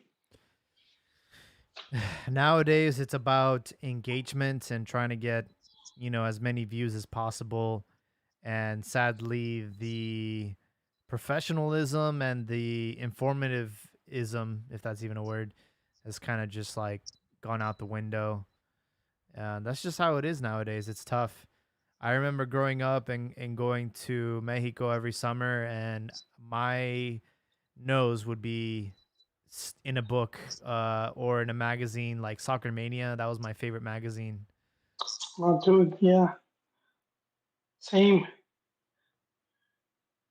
Yeah, that was a really cool magazine. And every week, they had these, and they were like, when I was a kid, the magazine was huge. It was almost as big as a newspaper. It was just like these huge, like overblown magazines, and it had like all the games, and every week there'd be a new edition, and yeah, I really enjoyed that. But I'll have to check this book out that I found, Once Décadas de Fútbol Mexicano. I found this really cool website called Anna's Archive. So if you ever want to try and find a book, you can try and download it there for free.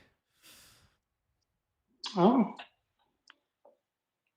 you might Yeah, have to send me that link. I used to use like Z Library, but then it got taken down. But Yeah, this one's still up. But yeah, man, there's some good reads on there. And I agree with Cheekies as far as like the style of this podcast is just like having a conversation, like if you were at a bar with a friend and you just wanted to talk football. I think that's kind of been like the style of Cantina and our brand. and it's gotten even better now with Twitter Spaces and being able to just have literally our listeners hop on and have their take. And I think that's something that will always be like part of our spiel. Yeah, that was cool. Like a few podcasts ago when I came on, and there was like a few guys adding like listeners. That's what I think is cool, is letting people come on. And I know we tried that a long time ago. I had like a 1-800 number, Oh shit! and we would like conference people in. And one guy from Chicago would always call in. And but yeah, now with spaces, it's a lot, I guess, easier. All those spaces can be improved, but I like that hearing from, because sometimes people like don't feel comfortable, or whatever, talking. Yeah, yeah. And We have cool. people on YouTube. Like we still have people on YouTube when we go on Twitter Spaces that maybe they don't have Twitter or maybe they don't want to talk, but they'll definitely throw some comments in the chat and talk some shit, and that's my Yeah. favorite, dude. Dude, it was hilarious. Like in 2000 and 2001, or no, 1999, the old school Jim Rome, the Jim Rome show. Jim Rome is burning. Yeah. No, that was before Jim Rome was burning. It was called the Jim Rome Show. Oh, And okay. he would have callers, and these dudes would call. Like there was this Mexican guy whose name is, I forget, Juan or something, or Jose, and he sounded black. And then there's this black guy. There's this white or a Mexican guy whose name is Tyrone. And so they would always call, and Tyrone? they would just, yeah, they're probably fake, they weren't real, but they would just call just to make That does fun of sound fake. it. They It was could crazy. argue with each other or argue with Jim Rome. Huh? They would call and argue with Jim Rome. Yeah, they would call because he would let callers call in, right? Yeah, And and yeah, they would just be bromeando, and there would be this Mexican guy. He would call himself all right. Tyrone. Rome. And so yeah, and it was hilarious. I think callers and that kind of stuff can be You pretty did fun. have that because you also had, yeah. Because I remember in Jim Rome, he would always like talk shit about soccer, and you had, of course, Yeah, Howard Stern, and he would also have people could call in, and you could just talk. There was he was talk hilarious. Like, radio was pretty good. I would roll laughing at him talking junk about soccer, like how people would roll and under fouls and stuff. And as a soccer fan, I could relate and laugh at it. But Yeah, I remember no, couple years ago, Bill Burr had like a soccer rant. I thought it was hilarious. yeah. Any episode in particular, or maybe like your favorite moment, Chiquis, from the Cantina or Cachirules, or I know you guys have gone through various name changes, but I had Ron and Joel already talk about their favorite moment. I can't think. The only thing I can think of, there was this one moment. I won't go too much into it because it's sort of like some beef. But we had like we were. It was when John and Ron was on, and we were going to start our podcast, right? And all of a sudden, like we got into some random discussion about stuff, and we talked like for an hour. We talked for an hour without recording or anything. We were about to start, but we talked for an hour, like beefing and stuff. And then we just said, okay, Yeah, we're done. And Joel probably knows or remembers, but I won't go into like details and stuff. But it was like we were beefing and stuff, and it was all good. I But do remember that. we didn't even Dude, record. We were just like talking for an hour or 2 hours. I was like crazy. dude, yeah, back then we would sometimes be getting ready to start the pod, and we would be talking for an hour or 2 hours, and by the time we recorded, those first 2 hours were way better. Like 2 hours. Like we recorded the wrong stuff. Like this show was better, dude. But yeah, it was it was something else. Like It's so disorganized. But that what happened? Like today, you know, we started the pod talking about Dungeons and Dragons, and We did some video I'm games. like, to start off our 400th episode, we're gonna go down this rabbit hole of like old school video games. Yeah. They said, tell me you were getting late in high school without telling me you were getting late in high school.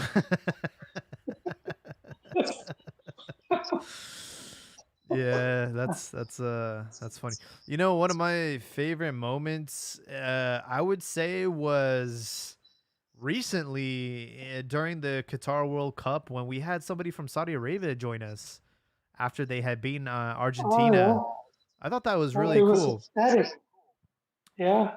Yeah, and he was telling us how like the culture in Saudi Arabia is like everybody like jokes around and like they're super like, you know, they're not serious people, and like this game for them was just like, you know, like a troll for like Argentina. So I thought that was pretty. That's hard for me. That's Yeah. hard for me because I was like, dude, you just fucked up our chances. Oh my God. I don't want to see you. Like, I'm trying to celebrate with you. I was hoping to squash so that by the time we get to you, you guys are all like defeated, and Mexico can pile on the hurt and put 3-4 goals. But that wasn't the case, man. They think they still have slight of a chance. Going into the last game, they had a chance to. Yeah, see, so Yeah. no, I was expecting the Argentina to like just watch them to have a big, massive 5-0 win or something, and then that would have been it for them. But that kind of, I would say He's like, that hurt our guys, chances a bit. guys, we've lost Messi. Where is Messi? Where is he? I was just like, damn, bro. Yeah, that was a fun one. That was they would you think so. That's Argentina starting the World Cup with a Yeah. defeat, Yeah. and they did that in the 1990 World Cup. They lose to Cameroon. Yeah, Cameroon. Wait, was it Cameroon? Wow. They lose, and they make it all the way to the final, which also went to PKs. But they played against Germany. No shit. And Maradona there was at the tail end of his career. Very like pretty similar to like now with Messi. Except they lost and this time he won. But yeah, it's crazy how some stuff repeats itself. Although say Cameroon, well, I guess you could say back then they were sort of like Saudi Arabia. They're like that known. Yeah, for sure. Well, we're almost at the 2 hour mark, man. It's been great night celebrating 400 episodes. We got that Super Classico coming up on the weekends. How are Pumas doing, Chiquis? I know you've been out for a minute. I know they were going through some dark times. I don't know if they're still struggling or if they've bounced back. Oh, I know they've been like had some ups and downs and stuff, but I haven't even like paid too much attention. I've been out of the mix, man. You guys have the Mexican Mo Salah, man. Chino Huerta. Yeah. Like you see some nice youngsters in Pumas every now and then. But it goes to like what you were commenting in the chat, sort of like Pumas has always been like the lower, like middle class sort of type of budgeted team. But let me explain the racetrack around the stadium. The racetrack. It's Estadio El Olímpico, man. So it's Olympic. So the Olympic Stadium, you got to have track and field. You got to have the pole jump and all that stuff. So I guess if they're poor and they wanted to like make a different field that's just soccer based, they could do that. But I don't see the need when you have. They're hoping makes host another Olympics and they could use their stadium.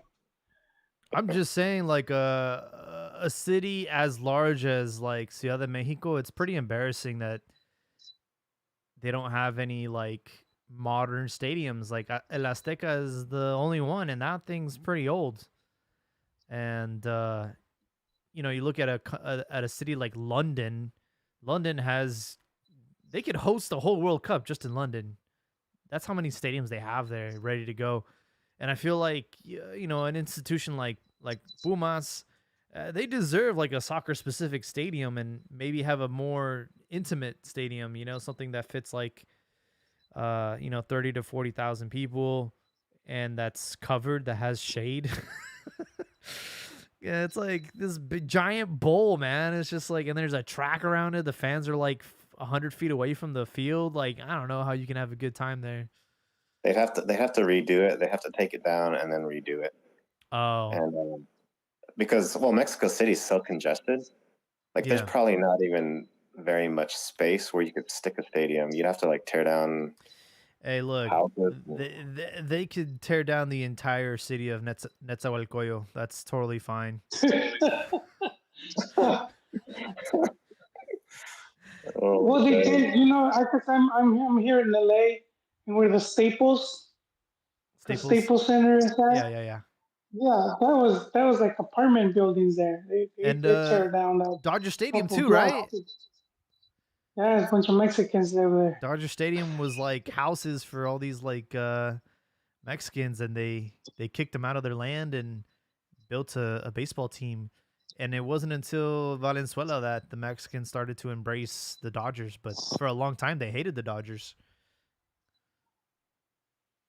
Yeah, well, I mean, you gotta go way back, but I think, uh, so I think the person that owned that land wasn't using it, so I think he allowed people to just like build their stuff, Mm, and so then he eventually, I mean, I read this shit a long time ago, so don't add me. But I mean, you guys can easily look it up. So I think, and then when they were bringing the team from Brooklyn, and I think they found that place. That's when I guess that dude sold the land. yeah. I remember seeing a documentary about Valenzuela on ESPN, like the 30 for 30. And they talked about that whole like moving to the West and expanding, and how like the Latino community was not happy about the Dodgers when they first moved in. But how they were able to turn the tide once they had one of their own representing the team. But yeah, my mom grew up in Nezahualcóyotl, so you know she tells me all these stories about how rough it was, and that's why one of my uncles was a huge like Toros Neza fan, and I always give him shit when I see Ooh. him. I always bring up that ass whooping we gave him in '97. For the final, dude, I was not expecting that. I was expecting. Todos always brought it, dude. I was expecting a more even match. I would love to see that Um, team resuscitated and brought back to life, man. aren't they still around? But I think they are. they're the Coyotes, right? I think they're in the like third division or something, but I know that their stadium is not. I don't even think it's in use anymore. And that was a World Cup stadium, right? No, I don't think so. Nessa 86? Yeah, dude. It was. That's why it's got its name. Let me see. Shit. What's the hosted like one game? Like they built it It for hosted whatever. it hosted 3 games, dude. Oh shit. Scotland, Denmark, Uruguay, Denmark, and Uruguay, Scotland. Nobody wanted to see that. Damn, even the state. I'm looking at a picture. Even that looks old. Whew. You're right. That's such a taste. And it was only 20K. Dude, we got Salvadorian stadiums surpassing Mexican stadiums. Did you see that? Is that a Salvadorian stadium that Ron posted? Which one? With the, the brand. It was like a video of a guy taking a Oh, video of the brand reviewing new the toilets and stuff? the toilets, and then but he took video. There was pictures No, of the it's stadium. Trinidad y Tobago, I think. Oh, Yeah, El Salvador played them, that looks sort of like a nice and brand new. they were talking shit about them, like, oh, they don't even have like first world like facilities for visiting teams, but it seemed pretty good. Yeah, they have a toilet, like a bucket in the corner. Dude, I remember the Azteca, the stinking trough to urinate, man. What the heck? Oh, you guys had the Oh, trough?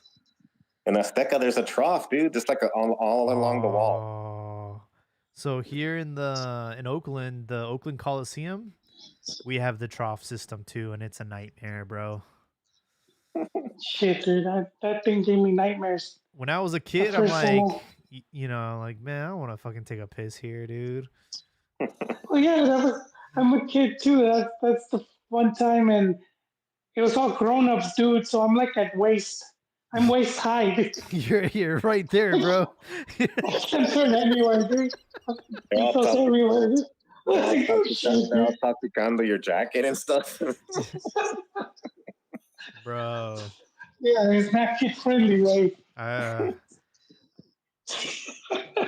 I'd I've been to the Coliseum for many events, but I will say for American football, oh, dude, going into the bathrooms and having to take a piss in the trough, you were like scared for your life, bro, because shit would go down, man. People would try to push people inside, like throw them in there, Oh yeah, dude. Yeah. or like try to just talk shit and stuff, and yeah, and they still have them, I man. got one of my last games that I went as when I used to go in as a kid at the Coliseum, and people were like, "Fuck it," they started rushing the bathroom, and it's like one side is to go in, the other side to exit, but Yeah, people were just going in, you know, the exit. on both sides, Yeah. and it ended up like we just got like an avalanche of people, and we got stuck in there, and Oh, people are just trying to push their way out, and are you talking about other people pushing. the Memorial Coliseum? Yes, it was right there. And I remember when when we were when shit was getting when I saw that, like we were getting like crushed, like people were getting pushed up against you. Mm-hmm. When that started happening, I remember I put my arms up. Like when the goalkeeper goes up to Yeah. escolar el balón. Well, So if I unless your lifted up name's my Ochoa. arms and my elbows. I lifted up my elbows because I'm like, no way, I'm gonna get pinned. I'm gonna have my hands up, and I could at least, use my hands. And some dude had his hands pinned under him, and somehow my elbow was like right in his chest, dude. And every time pushing him, basically like hitting him, and he's getting like fucking pissed at me, and I'm like, the fuck, like I'm not doing this on purpose. Yeah.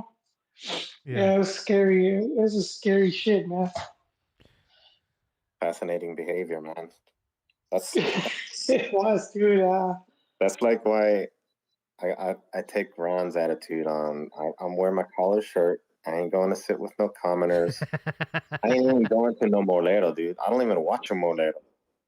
That stuff's like beneath. So you got to go in a palco. You got to go to a quality game. But I ain't like you see that foolishness of what is it, $8,000 that these dudes paid for like the sideline to watch Messi's first game and Oh stuff. man, that's Oh my god. that's a lot. Yeah. The one guy saying that, I think it was like his birthday or something, and yeah. it was a family of like 3 or 4. Yeah. It was him and his wife, I think a kid, Yeah. and they spent what like 9,000 or something like that. And he said something that caught my mind because he was like, I wasn't going to be able to go watch him in Europe, right? So I could see him now. I mean, with that kind of money, you can. But I mean, I'm guessing probably immigration status, or probably wasn't able to fly. But I mean, you could still take a bomb ass trip with that type of money, dude. You, Yeah. you, you And could, take a week vacation and at like a 5 star. I mean, there's so much shit you could do than to bro, just watch a 90 you could minute take the game. whole For, family for for this guy only paid what, the last 10 minutes? yeah, his first game he came in like at halftime or a little bit after halftime Where you said you were taken to, Jaime? for 9 grand. Yeah. Oh, for 9 grand for the whole family? Yeah, you could fly out to Europe. You could fly out to No, but let's say it's this good. You probably can't because immigration stuff. oh But I mean, you could still, hit up some shit. cool shit. Yeah, definitely, dude. Are you kidding me? Yeah, you don't have He's he's got to be feeling bad. Like, okay, so say you do that, you come home. He only played half the game. You come home, it's over. The experience is done. yeah. Fire You You just remorse. look at your bank His account, bills. and then you're like, and then the next, okay, you look at your bank account. The next thing, you look at Twitter, and some dude says, or I think it's Martin del Palacio, or somebody says, "Look at these idiots," or like, "Look at these people," like insulting them, and then your pictures on the video, dude. Like, yeah, you go on Twitter and then you see yourself and you see all the comments and everyone's calling you a donkey. Like you just yeah, I'm doing the math. You know, you went to go see Messi. He played like let's say 45 minutes. That's $200 a minute that you spent, Damn, bro. damn, dude. Yeah, bro. I would I'll have go to Vegas, dude, and then go just to and Vegas. And then today you go on Twitter and you see like his huge mansion. I think they had a video of his huge mansion where he lives in Miami. Yeah, I'm like, oh yeah, I paid a little bit to that mansion for him. yeah. I paid for a couple of his bath towels with. No, I get it to that extent because I was telling these guys how, like, why like a lot of Mexicans pay all this money for moleros, because I started seeing it, um, through the years. Because I mean, that event I was describing. That was back when Mex would come play at the LA Coliseum, and you could buy tickets $25, and it was first come first serve. There was like no reserve seating.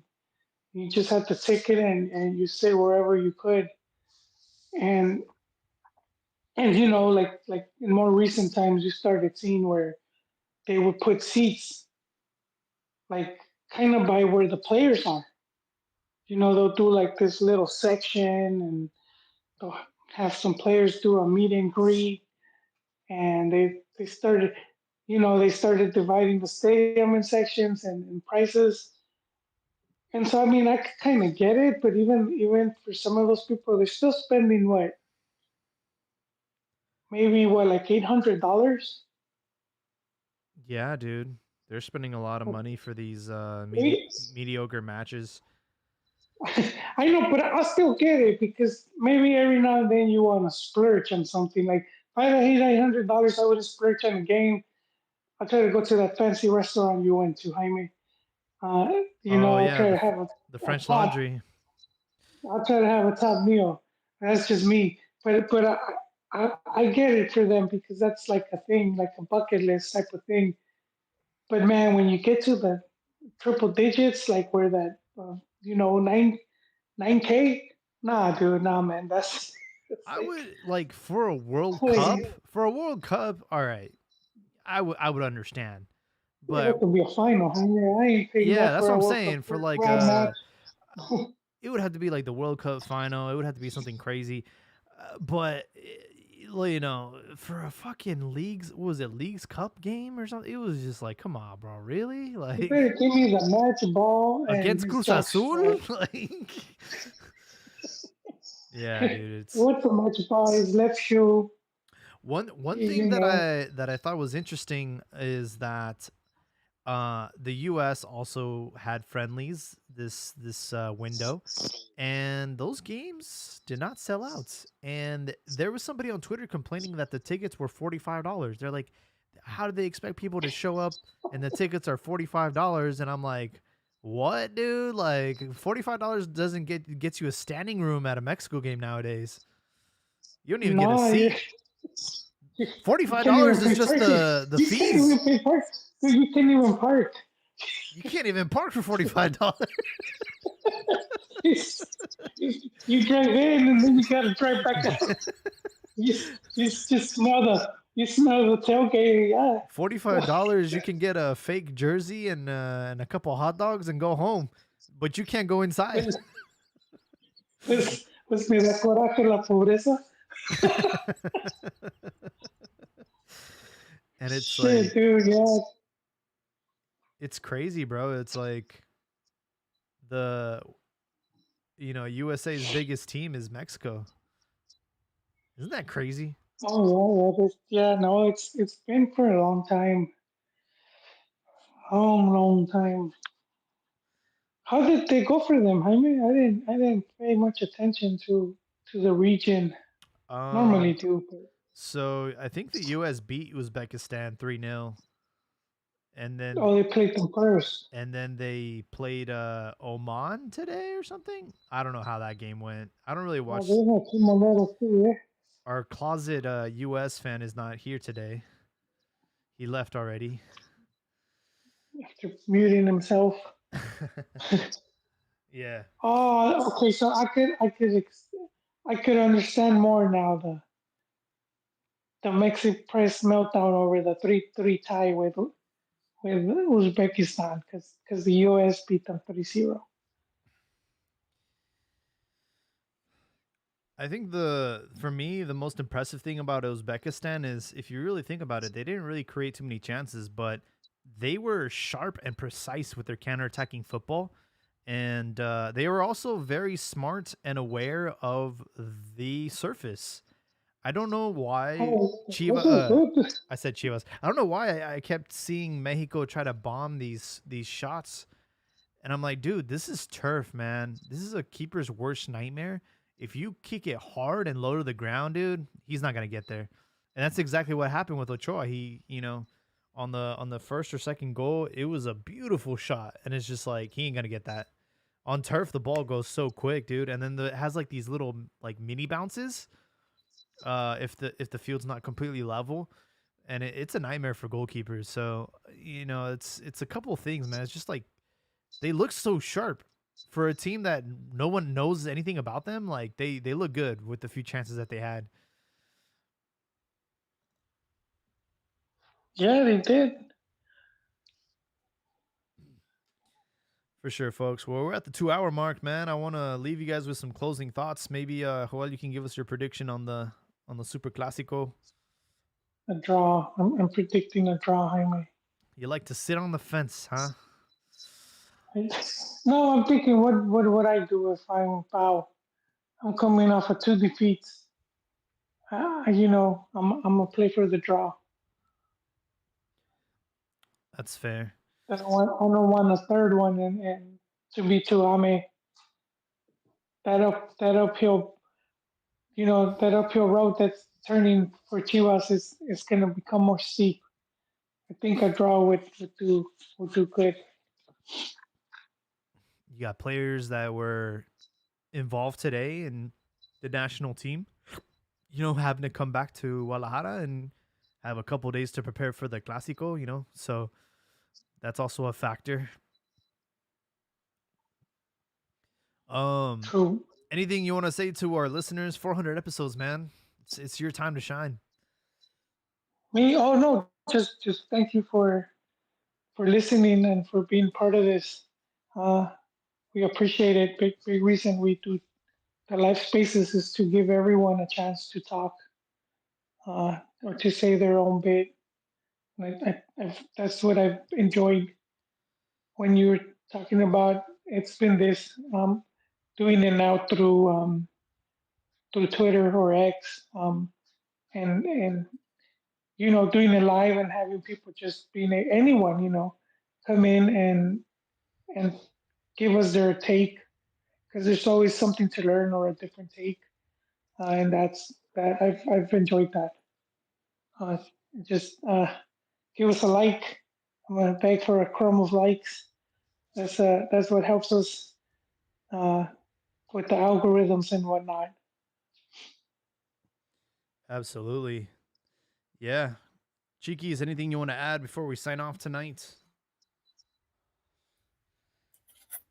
Oh yeah, the same thing. Like anyone who sees like the Cantina MX Twitter or us on Twitter and wants to talk smack, come and do it in person. Come and do it live in audio format because it's always entertaining. Yeah, keep it up. This is good entertainment, good fun stuff, and glad to see Jaime, your energy, and Juan, your consistency, and everyone that Thank you. participates.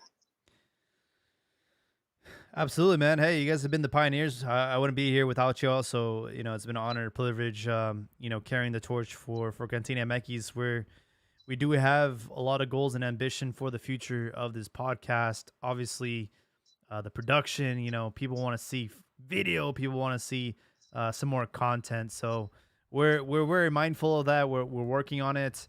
And I hope that we can continue to build the brand out. One thing I guess would be a cool thing to announce is we've been silently working on our website, and you can actually check it out now, cantinamx.com.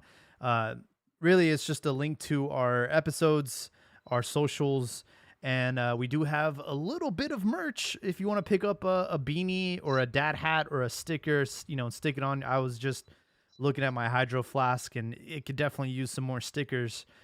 So if you guys want to support us in any way, head out to cantinamx.com and check out the merch store that we have there. It will continue to grow as we grow. And I want to thank the listeners for hopping on today. Special episode of 400. We'll definitely try and catch you guys in the next one after the Super Clásico, maybe get a hot take after the match. So, make sure to follow us on Twitter. That's where all the action goes. Add us with all your comments and hot takes. If you hate the podcast, if you love the podcast, if you want to talk shit, just add us, bro. We're not scared. We're here for you. But this is Cantina MX signing off for the night. Thank you guys so much, and take care. All right. That is it. Episode 400. Thank you guys on YouTube for your support. And again, hop on to cantinamx.com. Check out the merch. Support us, man. We'll keep you cool. Or we'll keep you warm with those beanies. And, you can stick a little Cantina MX sticker on your hydro flask, on your car, on your bumper sticker, on your laptop, on your face.